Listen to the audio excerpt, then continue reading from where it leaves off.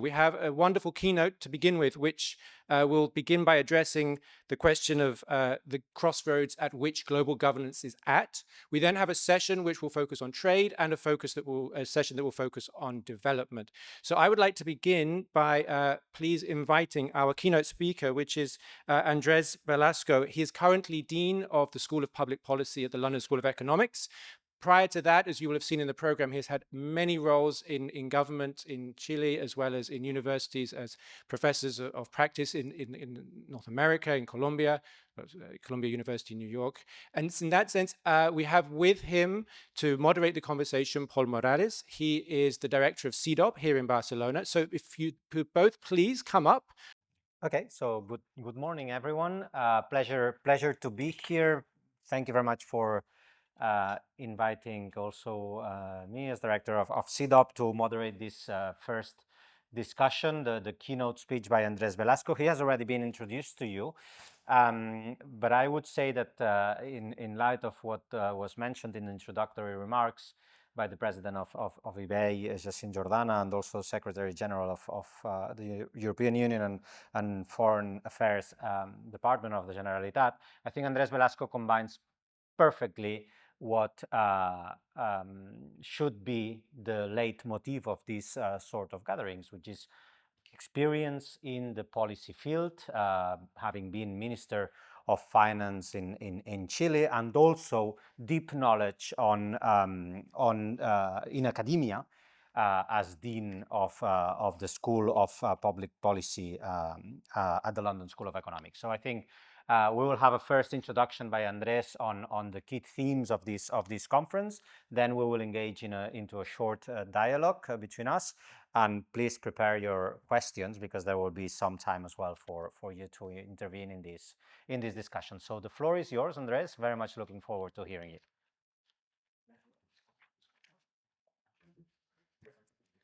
Good morning, everyone. Buenos días. Very, very happy to be here. I get to be in Barcelona twice in the course of 1 year. That is a tremendous privilege. So delighted for this invitation. I am going to speak, initially at least, about the elephant in the room. And the elephant in the room, of course, is politics. There are many people who know a lot more about the details of international trade than I do, in the room, certainly. There are many people who know more about the details of international cooperation, but it seems to me that if we jump into the technicalities right away, we're missing part of the picture. Because today what we have is a political problem, and political problems are typically not saved or solved with technical discussions alone. So with your forgiveness, I'm going to begin at a very high altitude and talk about what seems, in my mind at least, to be the main problem. We have a crisis of open economies. We're here to discuss global governance because the idea that goods, services, capital, people flow freely is today being challenged. But it's being challenged not on technical grounds, it is being challenged on political grounds. And I would put it to you that the crisis of open economies is also a crisis of liberal democracy. I come from a country that recovered democracy only in 1990. This is a country that recovered democracy a couple decades earlier, but not that long ago. So we are people who are aware of the value of democracy. We're also aware that democracy is fragile, that it comes, but that it goes. And therefore, it seems to me that the first order of business today is to make sure that democracy survives, and with it, a liberal international rules-based regime survives as well. First, just a fact. This is the Freedom House index of what's been happening to democracy in the world. Each horizontal bar is a year. The blue bar is the number of countries where democracy took root, and the red bar is the number of countries where democracy was weakened. So you can see that in every year beginning in 2006, the red bar is bigger than the blue bar. That is to say, according to Freedom House, the number of countries that moved down on an index of democratic quality is much larger than the number of countries that moved up. Remarkably, if you go and dig a little deeper in this index, it is not simply countries with new democracies where this has been going on. You can also see this happening in regions of the world with consolidated democracies, including North America and Western Europe. So this is a worldwide phenomenon. We cannot simply say, oh, this happens down there. No, happens down there, happens up here as well. Now, this is not happening because of any old fluke. And I'm going to get political here, so bear with me. I think that what we're having today is the surge of a style of doing politics which is profoundly anti-democratic. And I'm going to call it populism. I will follow here the distinction, or if you want, the definition of Hans Werner Miller, my favorite political scientist at Princeton, who wrote a great little book I would recommend it called What is Populism? And Miller makes the point that populism is not an ideology. Populism is a way of doing politics. That's why you have populism of the right, populism of the left. You could even have populism of the center. But it is a style of doing politics which is essentially confrontational. There are good guys and there are bad guys. Us and them. The us is always the people. And of course, there's always some leader who claims to represent the people. And the them is somewhere else out there. If it's right-wing populism, the them is the foreigners, the immigrants, the minorities. If it's left-wing populism, the them is the elites defined in some way. But the essence of this is that by defining the polity as us versus them, it immediately creates a set of people whose views are legitimate and a set of people whose views are not legitimate. And as a result, the pluralism upon which democracy rests is weakened. The very core of democracy is, you have a view, I have a view, we may disagree, but your view is legitimate, my view is legitimate. When suddenly my view is legitimate, but your view is not, because you're part of some elite or some group that is not quite the people, then we have a problem. As they used to say back in the 60s, Houston, we have a problem. Now, you may be wondering why I'm so keen on this. I'm keen on this because I come from the region that invented this damn thing, right? We don't quite get the credit. In Latin America, we're always worrying about exports. We have some Latin Americans here in the front row. This is our most successful export. I was going to say it's non-traditional, but it's not quite non-traditional. It's been around for about a century. Whenever I'm speaking to American audiences, I get a very cheap laugh by simply saying that compared to Perón, Trump is just an apprentice, right? I'm sure you saw the show at some point. I showed this slide at a talk in Chile 3 weeks ago, and the man on the far right, on top, you probably don't know who he is, a man called Ibáñez, who was a populist leader of Chile in the 1920s. I got an irate email last night from a grandson of Ibáñez saying that he was actually a very nice fellow, that it was very unfair to put him in this company. I'm not quite sure that he's right. But bottom line, all these guys are popular, but all these guys ultimately undermine democracy in their countries. Every single one of them. Some from the right, some from the left, from Argentina, from Brazil, from Ecuador, from Mexico. Pick the country you want.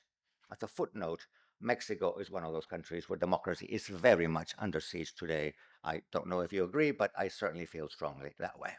Now,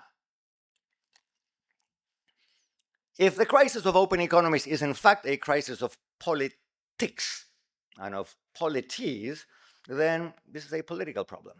And political problems, as I said at the outset, require political solutions. I was a technocrat for many years, and one of the things that I observe in the world today, sorry guys, is that we technocrats have a lot less political weight than you used to. I used to be the Minister of Finance of Chile. Once upon a time, Minister of Finance ruled the land. Nowadays, ministers of finance don't quite rule anything. With luck, the budget. And therefore, technocratic solutions to the kinds of problems that worry us are not going to work. So, if that is the lay of the land, how do we get here?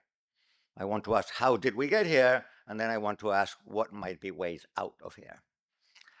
What is the standard account of how we got here? This is the standard narrative. You pick up the New York Times. Whenever I teach, I say to my children, you pick up the New York Times as in opening the newspaper. I've learned not to do that because, of course, my students have never held a newspaper in their hands. So, you go online and you read the New York Times. And this is basically the story that you get. Globalization failed to deliver. It caused inequality, stagnation in real wages. It hollowed out the middle class. It caused job losses. Maybe in some countries, as a result, public services became worse. And because democracies have pushed globalization, well, this is a failure of economics, but it's also a failure of democracy. Read any mainstream account, and this is pretty much the story. I want to say controversially that the story is mostly wrong. It's not entirely wrong, but I want to argue that it's misleading. And if we accept this framing of the story, then open economies are going to be in trouble. Because this framing is very much leads us to the conclusion that an open economy is a bad thing. And I want to argue that in many senses, not all, an open economy is a good thing. But to understand why it is a good thing, we have to rethink the standard framing. Having been a politician, I know that framing is everything. Once you've decided upon the frame of a question, the question has been adjudicated, right? So getting the framing right is absolutely crucial. So let me argue, and I could argue this in detail, but I'm going to argue quickly because I want to make sure that we have time to chat. I want to argue that empirically this is not quite right. So let me just show you a few pictures. Yes, inequality has been on the rise in a few countries, not in all countries, but even in those countries in which inequality did go up, there's a few wrinkles. I said last night at dinner, and I think some people agreed with me, that to some extent this narrative has its origins in two countries, the United States and the United Kingdom. And that is simply because I never thought I would use this word in public, because there's cultural imperialism. We all read the New York Times, we all read the Financial Times, we all read the Guardian, right? And therefore, whatever happens in the US and the UK weighs very heavily on the policy debates around the world. Yes, in the US, this is the Gini coefficient, went up quite a bit beginning in 1980. No question about it. But the rise really happened 30 years ago. So the first question is, why is it that a rise that happened 30 years ago has political consequences today? Seems to me we need an additional story, right? Typically, we don't expect things to have political effects with a 30% year lag. Please don't take me wrong. I'm not saying this is great, this is terrible, this is worrisome. Other measures of income inequality, in fact, show an even worse story. If I looked at the 1% in the US, the story would be worse. But still, these are 30-year-old trends. Why now? In the United Kingdom, the story is even more puzzling because inequality went up, again, beginning in 1980, but then it came down. Not massively, but inequality has been coming down in the United Kingdom for the last 20 years. Regardless of whether it was Labour or whether it was the Tories that was in power. So again, explaining the fury against globalization, which prompted Brexit, for instance, on the back of an inequality ratio that has been falling and falling and falling over the last 20 years is less than obvious. I don't have a picture because I omitted it, but if I show the Gini coefficient for Latin America over the last 25 years, in fact, the Gini coefficient has been coming down quite massively. Up until COVID. Since COVID, we're not really sure. The numbers are not very reliable. But beginning in about 2000 and until about 2020, in Latin America, the Gini coefficient went down. So the notion that globalization has brought increasing inequality everywhere is simply plain wrong.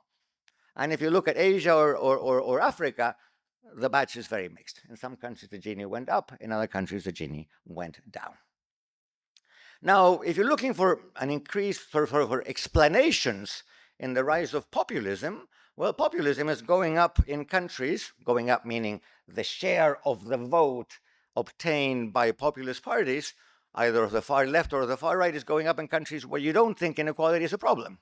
We don't get up in the morning and think that inequality is the main issue in Germany, or that inequality is the main issue in Austria. In fact, if anything, in Austria, if you fitter a line over here, you'd see a declining trend. Again, these are the Ginis. And nonetheless, you see a rise in the vote share of populist parties. Populism has also, if we leave Western Europe or the US, if you look at other countries in this part of the world, populism and authoritarian populism has risen in a country like Hungary and a country like Turkey. These are two countries which have had pretty good economic performances. Turkey, of course, has had a couple of bouts of inflation, one quite recently. But if you look overall at the performance of GDP and of real wages, Turkey is a success story. Hungary is also a success story. And most, I think, interesting is Poland. I don't know if you saw it, but there was a great piece in the Financial Times on the 18th of September by Simon Cooper, in which he pointed out the following two facts. First fact, after China, Poland is the economy in the world that has grown the most over the last 30 years. So if that is not a success, I don't know what that is. Second fact, Polish per capita income today is almost Japan's per capita income, okay? So Poland, over one generation, went from being poor to being rich by world standards. And nonetheless, Poland is deeply divided, is politically embittered. It has a prime minister of one party, it has a president of another party. The president spends all of his time blocking the prime minister, and Poland is very close to a political crisis. I don't have a slide on it, but let me say one thing about my country, Chile. Chile, over the last 35 years, has nearly quadrupled per capita income. It has gone up massively along every single indicator of the United Nations Development Index. Pick what you want. Life expectancy, access to education, access to potable water, access to healthcare, etc., etc., etc. And Chile is going to have presidential elections 2 weeks from now, and the second round very likely will be between a woman of the very, very far left and a man of the very, very far right. So, and in Chile, the Gini coefficient when Pinochet was kicked out was 0.48. The Gini coefficient today is 0.41. So it fell over the last 35 years. The economy grew. There's massive democratic distemper, and people are about to elect what I think is a rather dangerous, very far right man. So the concept, the narrative that says globalization didn't deliver and people are upset because globalization didn't deliver, and that's why we are opposing democracy, liberal values, and open economies, I think just simply is not quite right. And the last bit is, of course, that if distemper and dismay at capitalism and globalization were the leading force, then the world would be voting for the left, right? And yes, there's Mélenchon in France, and there are a couple of populist groupings that are doing well. But obviously, over the last 20 years, the striking fact, again, the elephant in the room is not the success of the populist far left, it is the success of the populist far right. And if you wanted to come down hard on capitalism globalization, you'd be voting for the far left. That does not seem to be happening. So I think the framing is not quite the right framing. We need to change the framing. Now, in order to change the framing, we have to acknowledge that not all is well. Believe me, I am not making the case that globalization has been all sweets and all candy and no spinach. There's been a fair bit of spinach, and it's important that we understand exactly what that spinach was, what the bad stuff was. Spinach is not necessarily bad. I'm sure the people here would think spinach is great, but I still have children, so spinach is an issue. I think there's 4 points, if we look at the last 30 years, where liberal Democrats across the world didn't quite see it coming, where we probably didn't get it right. One is the impact of trade on communities. The other one is the volatility created by unstable finance. The third one is the political effects of migration. And the last one is the identitarian nature of politics. And forgive me if I spend a minute on each one of those. This is a picture taken from a very famous paper called The China Shock by David Otter and companies. And the point that these guys make is, I think, very important. It's economically important, but it's also politically important. Even if you don't think that trade is on average bad, and even if you think that trade provides many more winners than losers so that you can redistribute income and compensate the losers, This task is made very, very difficult by the fact that the winners are very spread out and the losers are very geographically concentrated. This is a picture of the United States. The darker the red, the bigger the weight of the industries that were hurt by the China shock. And what you can see is that they're very, very, very concentrated in basically two bits of the United States, bits of the Rust Belt and bits of the industrial South, especially North and South Carolina. And where have you seen a nativist turn? Not exclusively in these regions, but particularly in these regions. So that standard medicine that says, well, if there are no jobs in your town, or if there are no jobs in your state, well, move to New York, move to California. I think we have learned that that doesn't work. We have learned that people don't like to move. Even within Schengen, people move surprisingly little, given the massive wage differentials. And what we have seen in the United States or in England, in the north of England, go to Sheffield, go to the old industrial towns in the north of England, is that when young and enterprising people leave, what is left behind is a circle of despair. People leave, jobs leave, drugs arrive, crime arrives, and you have what people like Angus Deaton have called deaths of despair.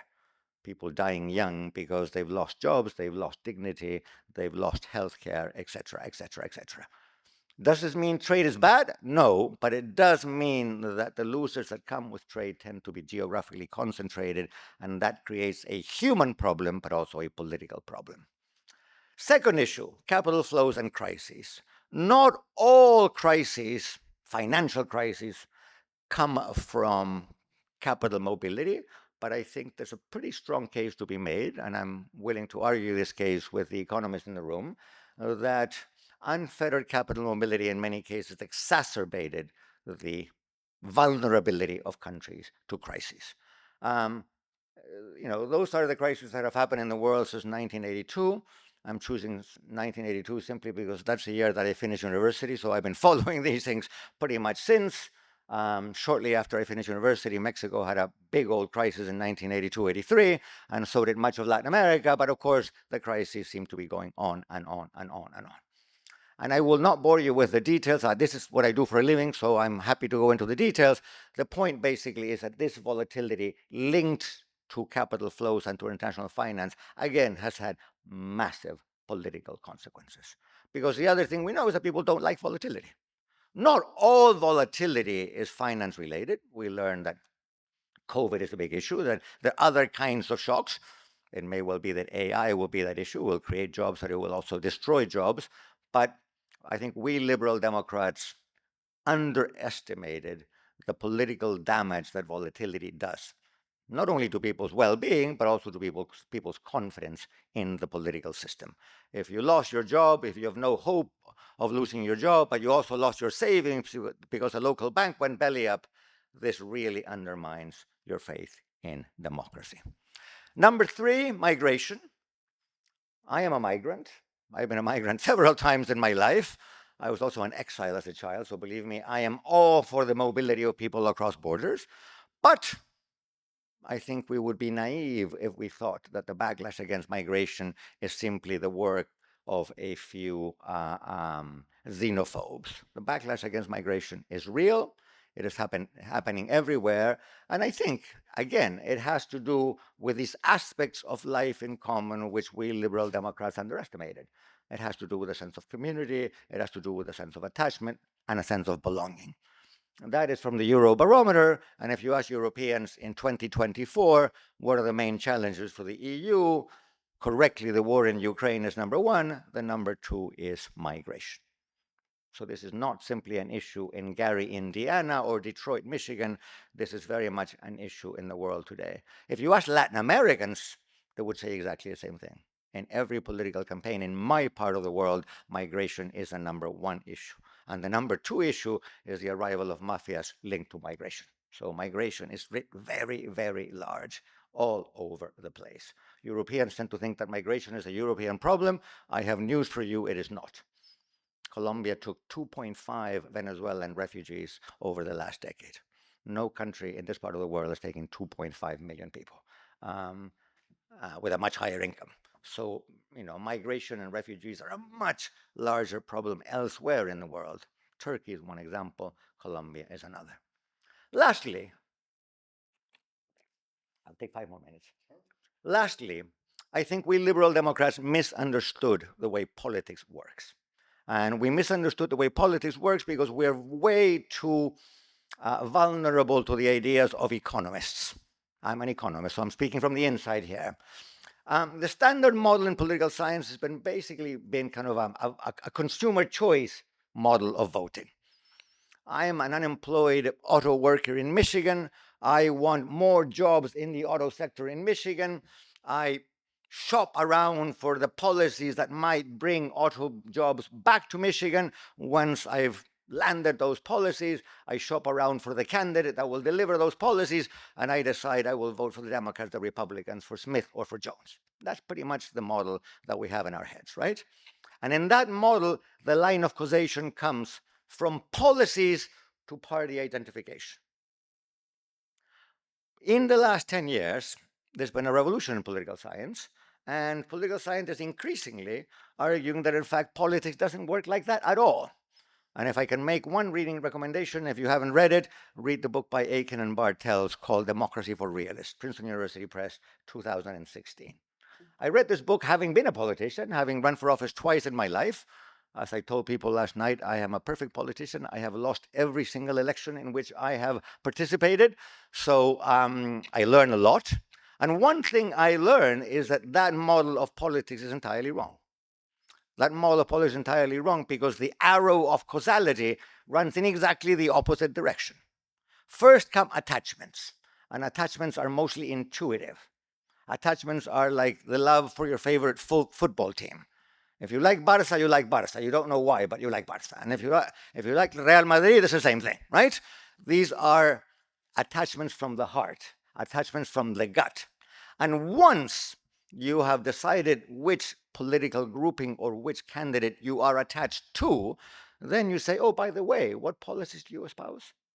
That may sound a little unrealistic, but believe me, I spent 3 or 4 years of my life standing on street corners, handing out leaflets and talking to people. That is exactly the way the world works. People come up to you. Well, 75% of our voters want nothing to do with a politician. Now, you're standing on a street corner, they basically look the other way.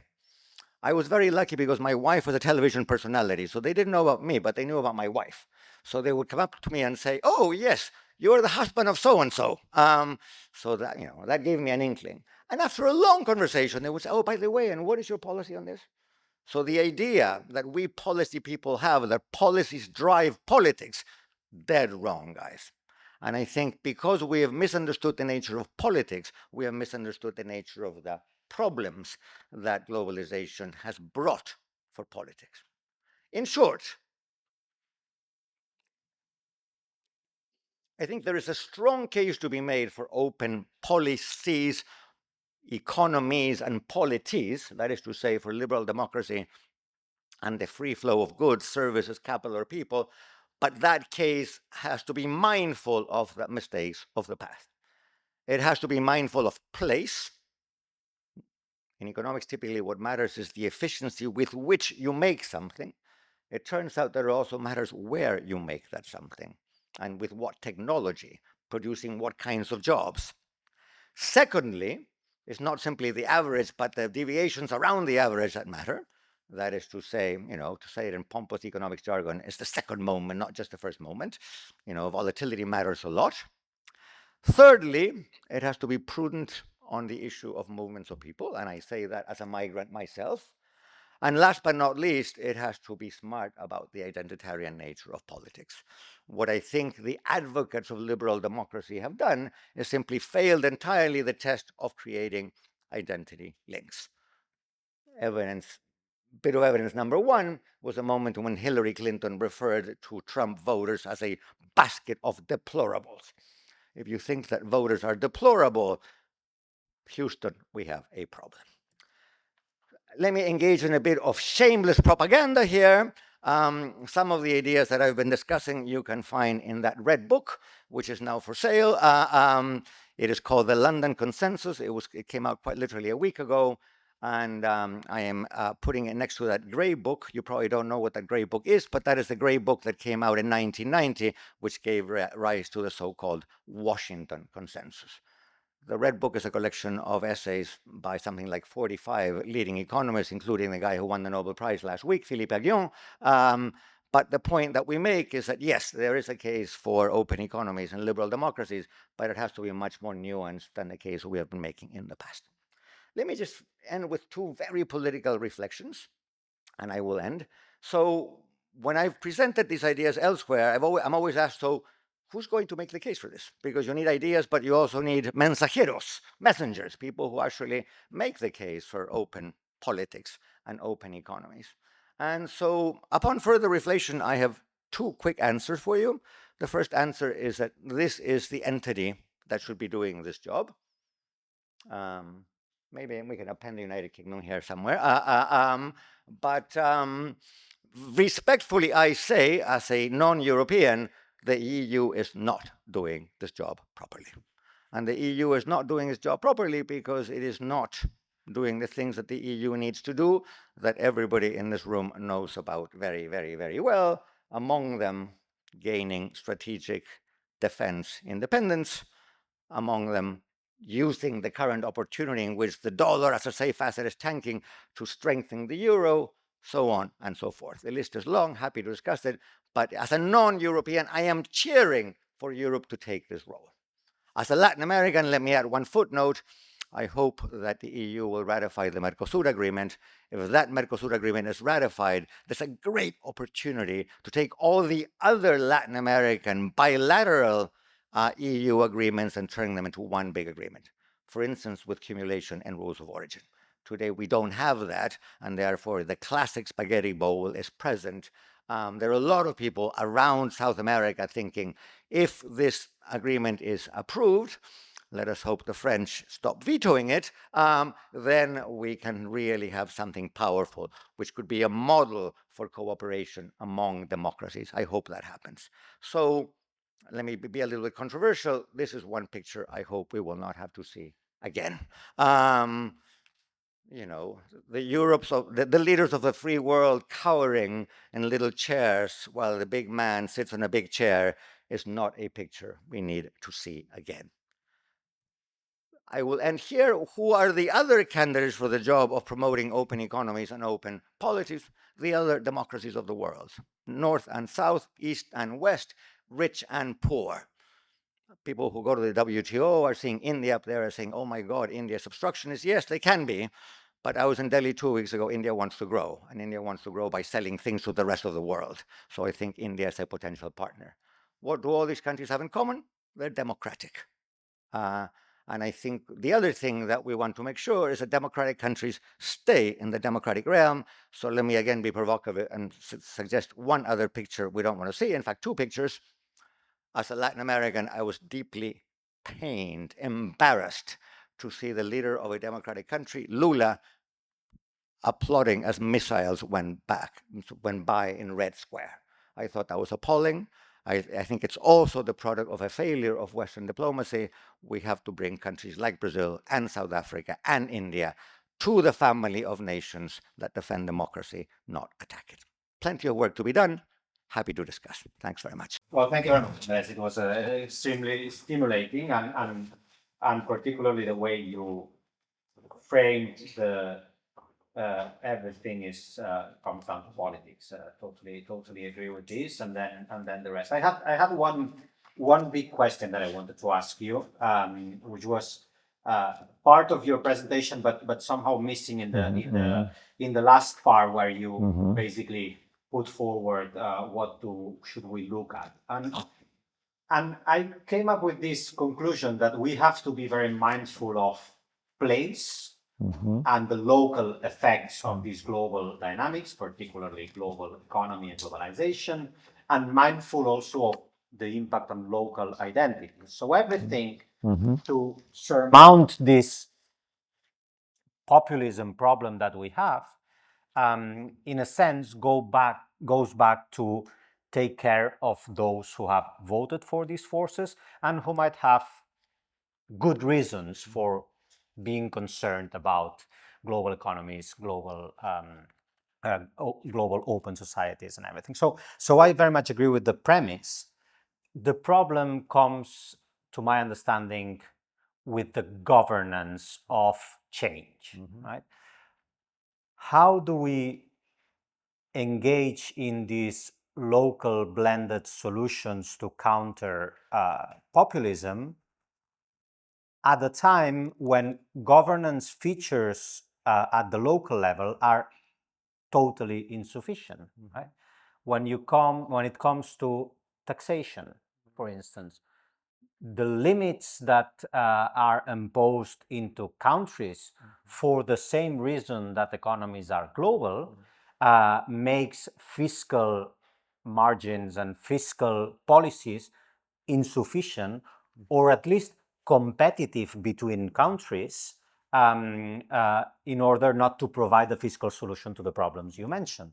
When it comes to technology, you find some similar situation, right? You can regulate as much as you want at the local level, but at the end of the day, it's a global business. They're competing frameworks for regulating technology, and more efforts you do at the local or national level doesn't mean more success at the local or national level, because you have the global issue. Climate, same thing. So all the different areas in which probably the solutions to this feeling of going local is needed, lack the tools for making that. So how do we square that circle?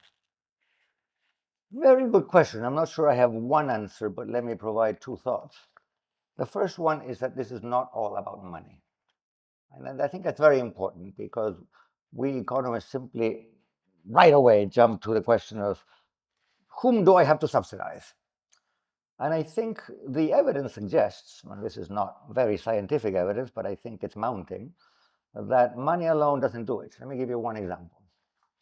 What did the Democrats do when Biden was in office? And I think these were mostly good policies, so this is not a criticism. They showered money on those states which they needed to win. Think of the Inflation Reduction Act. Think of the CHIPS Act. Think of the massive subsidies going into states like Michigan or Pennsylvania or Wisconsin. And what did white working class voters do, and those men mostly, those are the crucial voters, white working class men, what did they do? They pocketed the subsidies, they said, thank you very much, and they voted for Trump, right? And Trump carried every single one of those states, in spite of massive expenditures. I mean, the amounts are so large that they boggle the mind, 300 billion here, 500 billion there. The United States, at a time of boom, has been running a fiscal deficit of 8 points of GDP. And what was the political payoff of that? Zero. So it's not all about the money. On the day after Trump won, my favorite editorial was by this guy called David Brooks in the New York Times, who said, the great sucking sound that you heard last night was the redistribution of respect. The people who voted for Trump didn't vote for Trump because, their wage was 2% higher or lower than it could have been. They voted for Trump because they thought, mistakenly, but this is what they thought, that in voting for Trump, they were asserting a certain culture, a certain identity, a certain way of life. Will Trump in the end help those people? Of course not, but that's a different question. So my first point is, let us not simply be paralyzed by the sense, oh, we don't have the money. Now, when it comes to money, yes, of course, many countries don't have a lot of fiscal space. No question about it.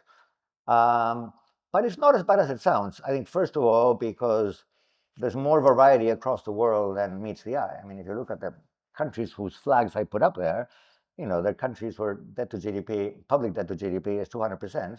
But there are others, like Canada, which is in fact surprisingly low, right?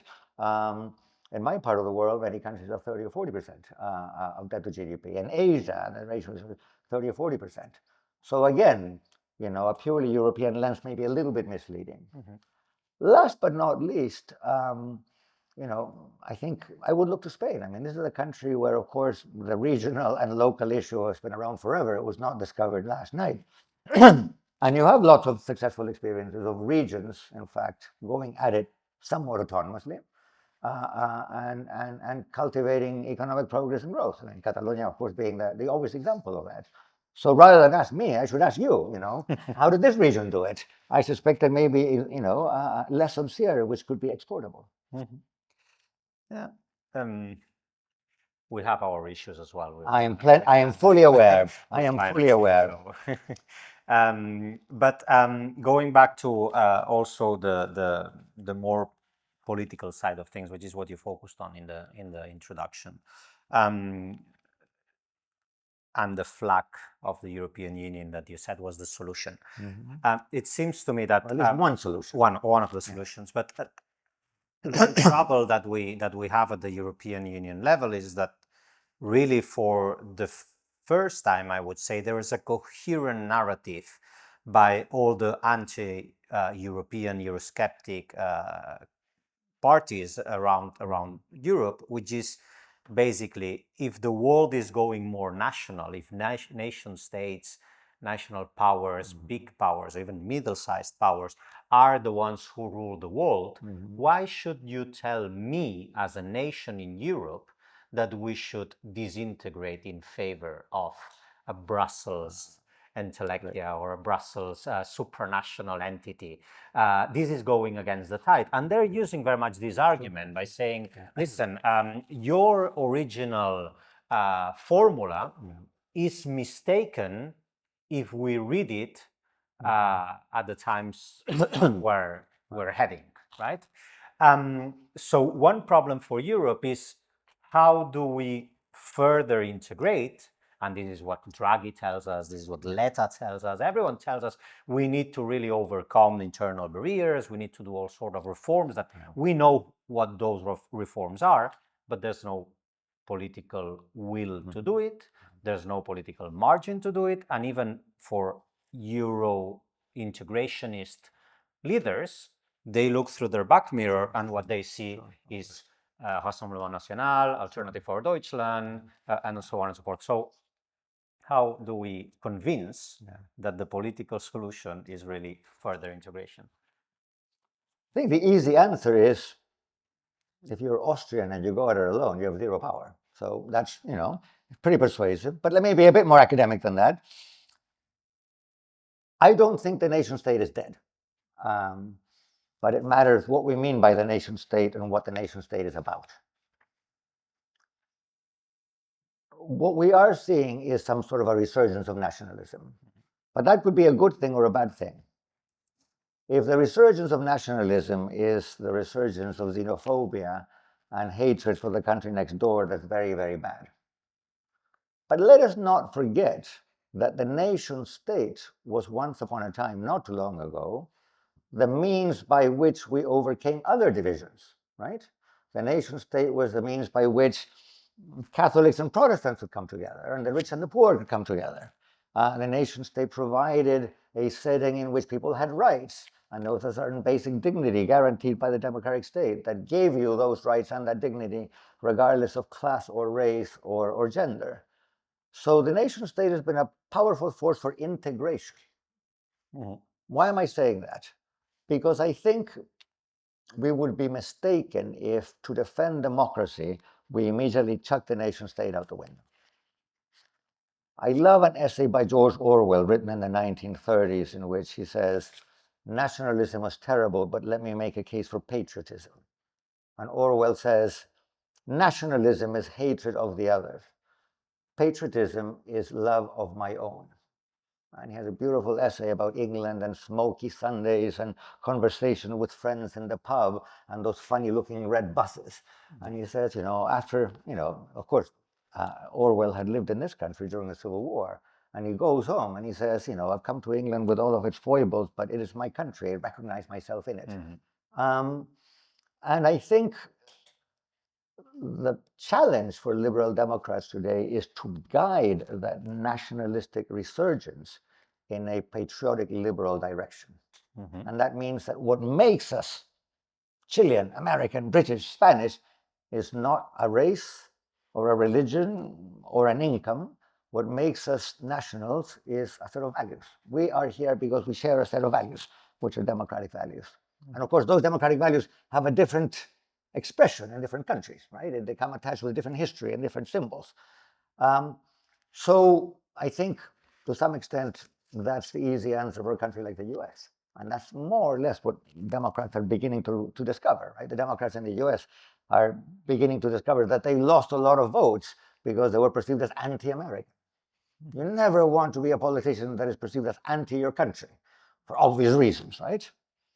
Now, for the European Union, it's a tricky thing because the European Union is not a country.